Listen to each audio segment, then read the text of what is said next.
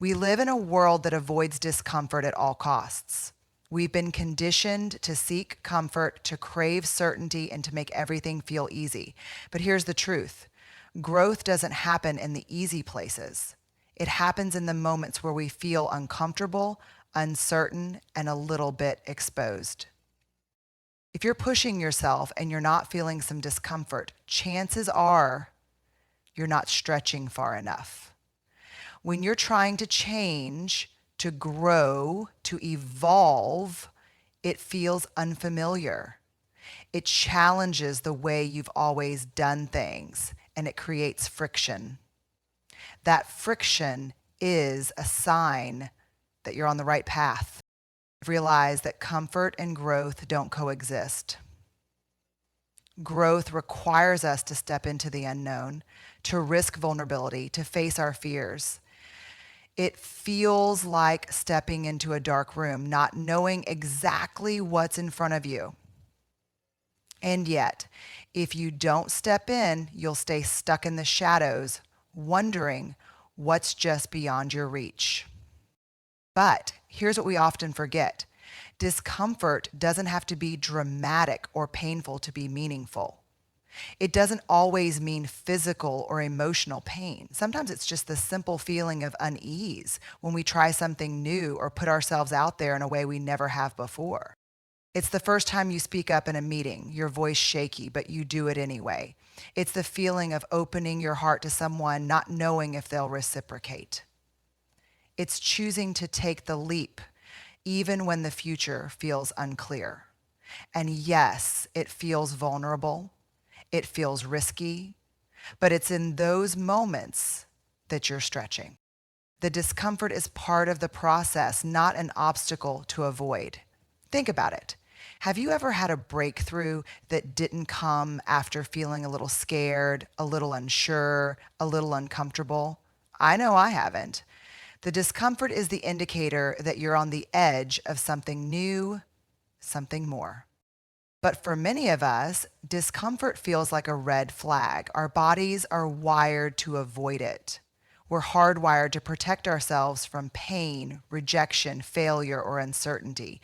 We've learned that if something feels uncomfortable, it's a sign that we should back away, that we're in danger. But the real danger is staying in the same place.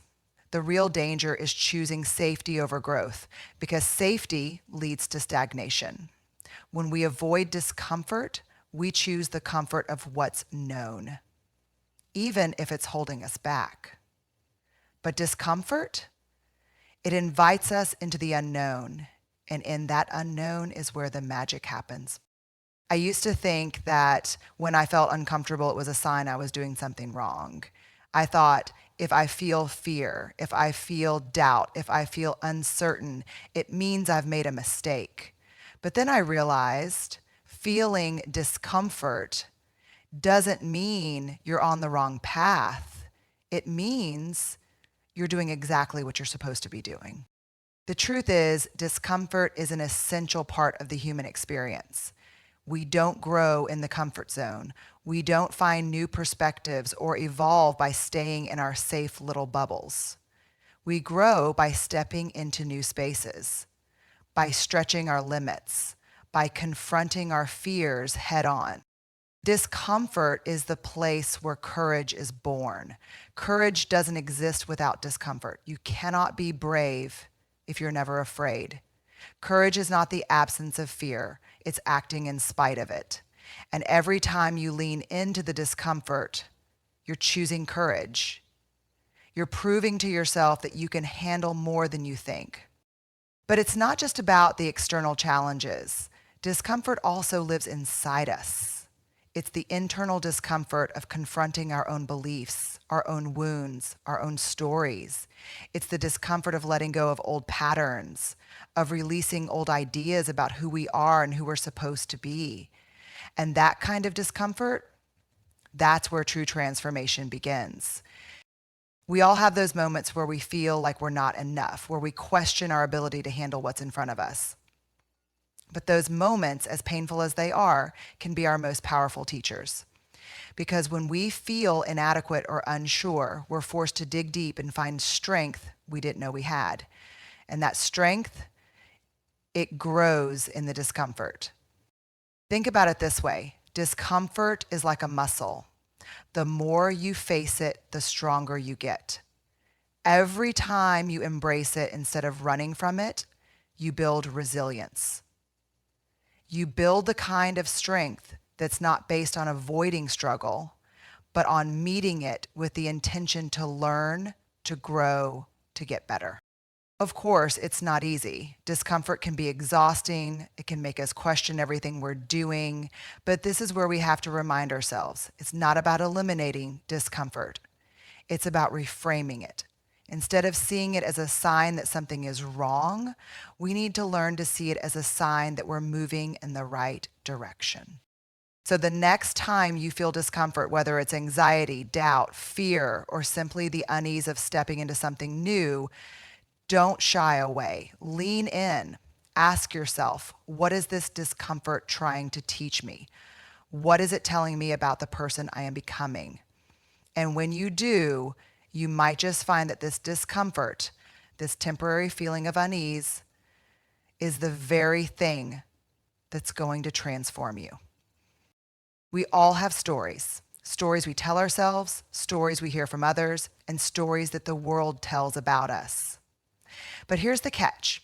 Most of us aren't the authors of these stories. We're simply readers. We follow along with the plot, passively accepting the roles we've been handed and believing the narrative that's been laid out for us.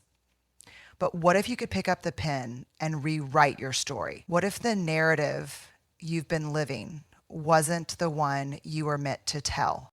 From the time we're born, we're given a script. The world hands us expectations. Be this, don't be that. You need to achieve this, look like that. And somewhere along the way, many of us start living out these stories that we didn't choose. Stories that weren't written for us, but for a version of ourselves that someone else envisioned. It's like we're actors in a play where we don't even know the lines. The problem with this is that when we don't actively choose our own story, we start to live according to someone else's version of who we are. We let outside pressures shape us. We let our past mistakes define our future.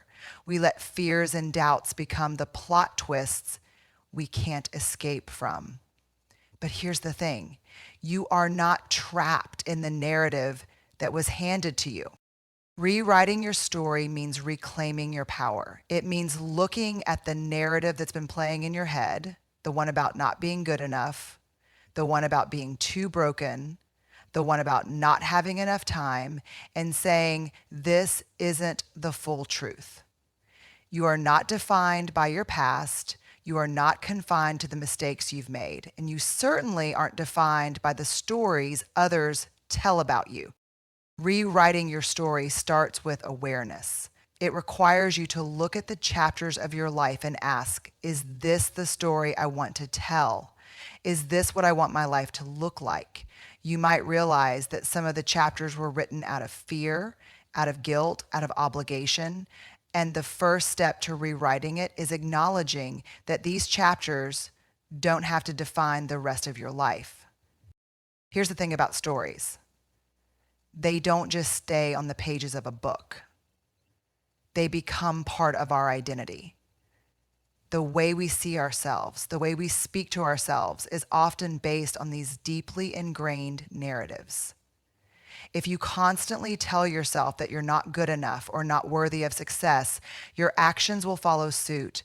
Your thoughts will guide your choices, and before long, you'll find yourself living out a story you didn't consciously choose. But rewriting your story isn't about pretending your past never happened. It's not about erasing the chapters that were painful or difficult. It's about acknowledging those chapters and understanding that they don't have to dictate your future. Your past is a part of you, but it is not the whole of you. You get to decide how it influences the next chapter. To rewrite your story, you have to change the lens through which you see yourself. Instead of focusing on your flaws or failures, you can start recognizing your strengths and resilience. Instead of seeing yourself as a victim of circumstances, you can choose to see yourself as someone who is capable of overcoming obstacles, growing from adversity, and creating the life you desire. One of the most powerful tools we have to rewrite our story is the language we use. The words we speak to ourselves matter. When you say, "I'm not good enough," you are reinforcing that belief. But when you say, "I am learning," "I am worthy," or "I am capable of change," you begin to reframe the narrative. You shift from a story of limitation to a story of possibility. It's important to remember that rewriting your story doesn't happen overnight. It's a process, a gradual unfolding of a new perspective. Sometimes the new chapters you try to write will feel awkward, like you're forcing the words. But that's okay. Growth is awkward, change is messy. But as long as you keep writing, the story begins to shift. Rewriting your story also means confronting the stories you tell yourself about your limitations. We all have them. I'm not smart enough. I don't have the resources. I don't have the time. These are just stories, not facts. You are not limited by what you don't have. You are unlimited in what you can create. The moment you stop telling yourself that you can't and start asking yourself, "What if I can?" your story begins to change. But what if you don't know how to rewrite your story? What if you don't even know where to start? Start with a simple truth. You get to decide. You don't need permission. You don't need approval from others. You don't need to wait for the perfect moment. The moment is now. And rewriting your story begins with a single word, a single choice. Choose to believe that you are the author, not the reader. It's also important to understand that rewriting your story isn't about perfection. You won't always get it right, and there will be times when you fall back into old patterns, but that's part of the process. Rewriting doesn't mean erasing. It means revising. It means taking a second look and making the choice to continue evolving, to continue growing. You'll face resistance, and that's normal. When you challenge the story that's been playing in your mind for years, you'll feel fear. You'll doubt yourself. You might even feel like you're lying to yourself. But here's the truth. You are not lying. You're reclaiming what's always been yours. You are stepping into your power and telling your truth. And that is not only real, it is revolutionary. As you rewrite your story, you'll begin to notice changes in how you show up in the world. You'll feel more confident, more aligned with your true self. You'll start making choices that reflect the person you're becoming, not the person you were. And when you start living from that new place of empowerment, you'll attract the people, opportunities, and experiences that are in alignment with the story you are telling. So take a moment to pause and reflect. What's the story you're living right now? Is it the one you want to be telling? If not, it's time to start rewriting it. Remember, you hold the pen. You are not just a passive reader of your life. You are the author, the editor, and the creator of the narrative that defines you. And when you take control of your story, you take control of your life.